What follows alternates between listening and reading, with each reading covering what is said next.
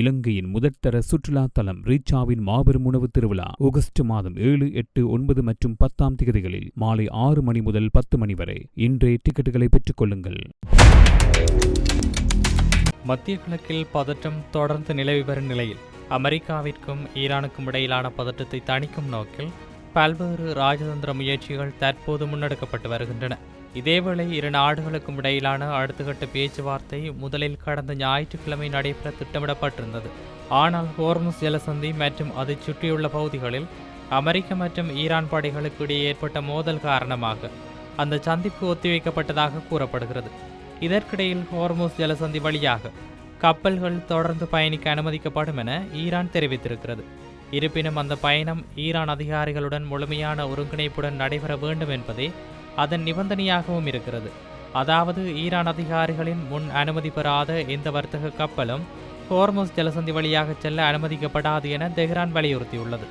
மேலும் கப்பல்கள் ஈரானின் கடற்பரப்பு வழியாக சென்றாலும் அல்லது ஓமானின் கடற்பரப்பு வழியாக சென்றாலும் அந்த பயணத்திற்கு முன்கூட்டியே அனுமதி பெறுவது அவசியம் என்றும் ஈரான் தெரிவித்திருக்கிறது. அதே நேரத்தில் அமெரிக்காவுடனான பேச்சுவார்த்தைகள் நடைபெறும் என்ற நிலைப்பாட்டை ஈரான் மீண்டும் உறுதிப்படுத்தியுள்ளது. ஆனால் அந்த பேச்சுவார்த்தைகள் செவ்வாய்க்கிழமையே நடைபெறுமா என்பது குறித்து இதுவரை எந்த அதிகாரப்பூர்வ உறுதிப்படுத்தலும் வெளியாகவில்லை. பேச்சுவார்த்தை நடைபெற்றால் அது அணுசக்தி திட்டம் தொடர்பான விவகாரங்களை விட ஹோர்முஸ் ஜலசந்தியின் பாதுகாப்பு, கப்பல் போக்குவரத்து மற்றும் கடல்வழி நிர்வாகம் போன்ற விடயங்களிலேயே அதிக கவனம் செலுத்தும் என தகவல்கள் தெரிவிக்கின்றன. இதற்கிடையில் ஹோர்முஸ் ஜலசந்தியின் எதிர்கால நிர்வாகம் குறித்து ஈரானும் ஓமானும் தனித்தனி ஆலோசனைகளையும் தொடர்ந்து நடத்தி வருகின்றன. அதன் ஒரு பகுதியாக இரு நாடுகளின் துணை வெளியுறவு அமைச்சர்கள் ஓமான் தலைநகர் மஸ்கட்டில் சந்தித்து ஹோர்முஸ் ஜலசந்தியின் எதிர்கால மேலாண்மை மற்றும் பாதுகாப்பு தொடர்பான விடயங்கள் குறித்து விரிவாக ஆலோசனை நடத்தியதாகவும் தகவல்கள் வெளியாகியிருந்தன. இதேவேளை அமெரிக்காவுக்கும் ஈரானுக்கும் இடையிலான பேச்சுவார்த்தை இந்த வாரம் கத்தாரில் நடைபெறும் என வெளியாகியிருந்த தகவல்களுக்கு மத்தியில் ஈரான் அதற்கு மறுப்பு தெரிவித்திருக்கிறது. ஈரானின் துணை வெளியுறவு அமைச்சர் காசம் கரிபாபாடி கூறுகையில், இந்த வாரம் கத்தாரில் அமெரிக்க அதிகாரிகளுடன் தொழில்நுட்ப மட்ட பேச்சுவார்த்தை நடத்துவதற்கான எந்த திட்டமும் தற்போது இல்லை என்று தெரிவித்துள்ளார். கத்தார் அரசுடன் வழக்கமான ஆலோசனைகள் தொடர்ந்து நடைபெற்று வருகின்றன. குறிப்பாக இருதரப்பும் ஏற்கனவே அளித்துள்ள வாக்குறுதிகள் நடைமுறையில் செயற்படுத்தப்படுகிறதா என்பதை பற்றிய பேச்சுகளும் இடம்பெற்று வருகின்றன என்றும் அவர் கூறியிருக்கிறார். ஆனால் கத்தார் தலைநகர் தோஹாவில் அமெரிக்கா மற்றும் ஈரான் தொழில்நுட்ப குழுக்கள் இந்த வாரம் சந்திக்க உள்ளன என்று சில ஊடகங்கள் வெளியிட்டுள்ள தகவலை உறுதிப்படுத்த முடியாது எனவும் அவர் தெளிவுபடுத்தியிருக்கிறார்.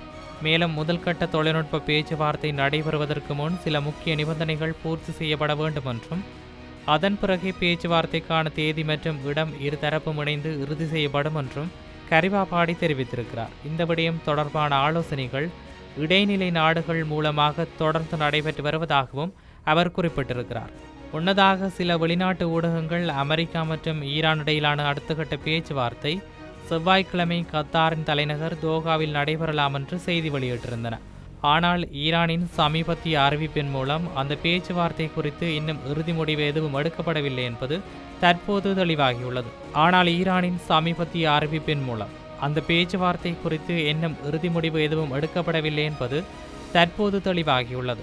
இது இப்படி இருக்க, சவுதி அரேபியாவின் வெளியுறவு அமைச்சர் இளவரசர் ஃபைசல் பின் ஃபர்ஹான் அல் சவுத் 2 நாள் அதிகாரப்பூர்வ பயணமாக சீனாவுக்கு சென்றிருக்கிறார்.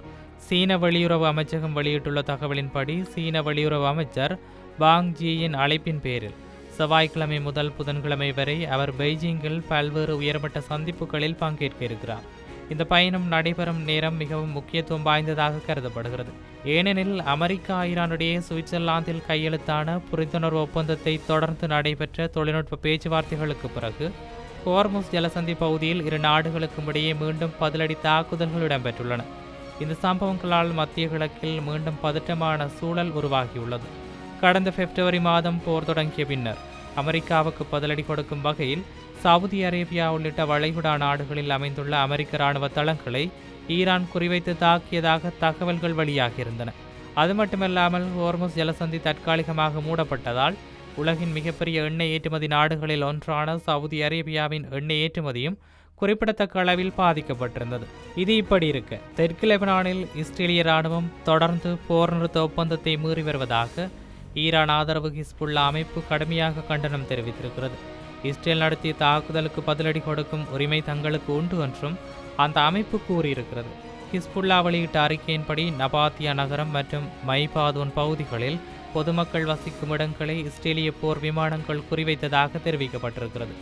அதேபோல் ஃப்ரோன் பகுதியில் உள்ள திறந்தவெளி பகுதிகள் ட்ரோன்கள் மூலம் தாக்கப்பட்டதாகவும் கூறப்படுகிறது. மேலும் தாய்வே மற்றும் ஹத்தாத்தா நகரங்களில் வீடுகள் வெடிவைத்து அளிக்கப்பட்டதாகவும் மஜ்தல் சீன் கிராமம் தாக்குதலுக்கு இலக்கானதாகவும் ஹிஸ்புல்லா தெரிவித்திருக்கிறது. அத்துடன் புர்ஜ் கலாவியா மற்றும் பராசித் பகுதிகளில் பொதுமக்கள் அருகே அதிர்ச்சி தரும் துப்பாக்கிச்சூடு நடத்தப்பட்டதாகவும் அப்பர் நபாத்தியா மற்றும் கபார் தெப்னிட் பகுதிகளில் இராணுவ வீரர்களால் சந்தேகத்திற்கிடமான பொருட்கள் விடப்பட்டதாகவும் அந்த அறிக்கையில் குறிப்பிடப்பட்டிருக்கிறது. இந்த தொடர்ச்சியான தாக்குதல்கள் இஸ்ரேல் லெபனான் இடையே ஏற்பட்டுள்ள போர் நிறுத்த ஒப்பந்தத்தின் தெளிவான மீறல் என ஹிஸ்புல்லா குற்றம் சாட்டியிருக்கிறது. இதேவேளை மத்திய கிழக்கில் நிலவும் நீடித்த பதற்றத்தை முடிவுக்கு கொண்டு வர இஸ்ரேலின் விரிவாக்க மற்றும் ஆக்கிரமிப்பு கொள்கைகள் நிறுத்தப்பட வேண்டும் என துருக்கியின் உயர்மட்ட அதிகாரி தெரிவித்திருக்கிறார். துருக்கி நாடாளுமன்ற சபாநாயகர் நுமான் குர்துல்முஸ் இஸ்தான்புல்லில் நடைபெற்ற நேட்டோ உச்சி மாநாட்டின் தொடக்க விழாவில் உரையாற்றும் போது இந்த கருத்துக்களை வெளியிட்டிருந்தார். அவர் கூறுகையில், தீவிர வலதுசாரி இஸ்ரேல் அரசாங்கத்தின் கொள்கைகள் தொடர்ந்தால் பாலஸ்தீனியர்களுக்கு அமைதியான வாழ்க்கை கிடைப்பது மட்டுமல்லாது முழு மத்திய கிழக்கும் நிலைமை அடைவது கடினமாக இருக்கும் என்று தெரிவித்தார். பல தசாப்தங்களாக தொடரும் மோதல்கள் மற்றும் ஊடுருவல்களுக்கு பிறகு பாலஸ்தீனிய மக்களுக்கு நீதி கிடைக்காவிட்டால் பிராந்தியத்தில் நீடித்த அமைதி ஏற்பட முடியாது என்றும் அவர் வலியுறுத்தியிருக்கிறார். இஸ்ரேல் அரசின் ஆக்கிரமிப்பு நடவடிக்கைகளை முடிவுக்கு கொண்டு வருவது பாலஸ்தீனியர்களின் அமைதிக்காக மட்டுமல்ல, உலகளாவிய அமைதியை உறுதி செய்வதற்கும் அவசியமானது என்றும் அவர் கூறியிருக்கிறார். மேலும் கிழக்கு ஜெருசலேமை தலைநகராக கொண்ட சுதந்திரமான பாலஸ்தீன் அரசை உருவாக்க துருக்கி முழுமையான ஆதரவை வழங்குவதாகவும் இரு அரசு தீர்வே இந்த பிரச்சினைக்கு ஒரே நியாயமான வழி என்றும் அவர் மீண்டும் வலியுறுத்தியிருக்கிறார். இதற்கிடையில் சமீபத்தில் முன்வைக்கப்பட்ட ஈரான் அமெரிக்க இடைக்கால ஒப்பந்தம் குறித்து குறிப்பிட்ட அவர், இத்தகைய முயற்சிகள் வரும் போர் நிறுத்தமாக மட்டுமல்லாமல் நீடித்த மற்றும் நியாயமான அமைதிக்கு வழிவகுக்க வேண்டும் என நம்பிக்கை தெரிவித்திருந்தார். மொத்தத்தில் மத்திய கிழக்கின் தற்போதைய நிலைமை இன்னும் தெளிவற்றதும் பதற்றமானதுமாகவே உள்ளது.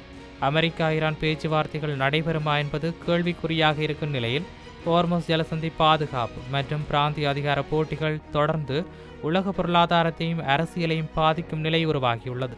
இது இப்படி இருக்க மேலும் உலகதரத்தில் என்னவெல்லாம் நடக்கப் போகின்றன என்பதை நாமும் பொறுத்திருந்து பார்க்கலாம்.